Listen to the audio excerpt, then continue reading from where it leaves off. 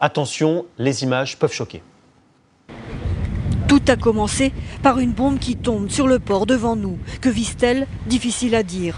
Nous repérons ensuite au large un navire israélien, puis un autre. Il semble s'approcher de la côte. Sous une chaleur écrasante, un groupe d'enfants joue sur la digue, quand soudain,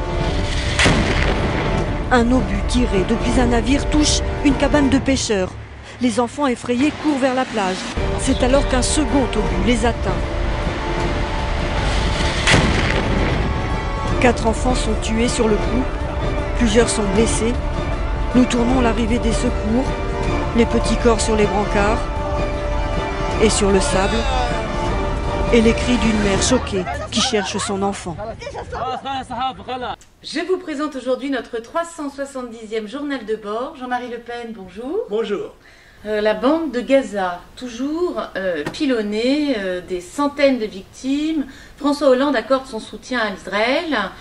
Quel est le but de l'État d'Israël à ce propos, justement? Son argumentation, c'est qu'elle est obligée de se défendre préventivement contre les attaques que seraient susceptibles de lancer les gens qui sont à Gaza. Or, ceux-ci ne disposent d'aucun armement, si ce n'est de ces fameuses roquettes dont on peut s'étonner quand même que par centaines ou par milliers, elles tombent toujours dans des espaces vides, ou en tous les cas qu'elles ne causent pas de mort. Et le rapport qu'il y a entre l'agression subie, puisque je crois que Israël fait état d'un mort maintenant, et le nombre de victimes civiles, plus de 250, on ne sait pas, à Gaza, me paraît devoir être souligné. Je crois que cette population de Gaza est martyre, et qu'elle est traitée avec la connivence internationale d'une manière absolument inhumaine.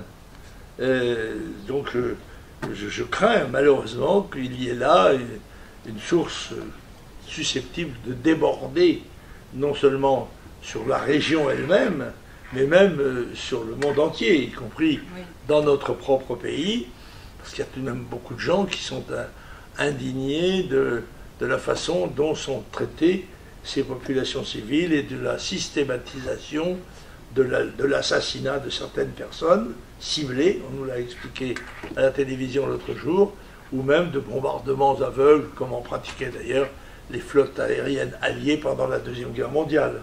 Et alors justement, le drame qui se joue aura donc, comme vous le disiez, des répercussions sur les pays européens, la France notamment. Et alors justement, on vient d'apprendre ce matin qu'une manifestation de soutien justement à la Palestine, qui devait se dérouler demain à Paris, a été annulée, a été interdite ce matin sous décision du gouvernement.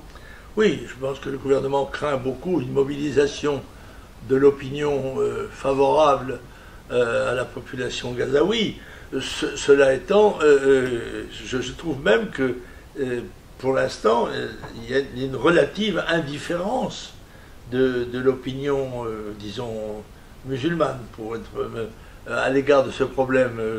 Ceci peut s'aggraver considérablement. Et on sait que les capacités de manifestation sont très au-delà des capacités que nous avons de maintien de l'ordre. Alors l'interdiction va-t-elle être respectée? C'est peu probable. C'est donc qu'il faut s'attendre à des violences, à des chocs, et qui peuvent enclencher une série Une dans ta gueule.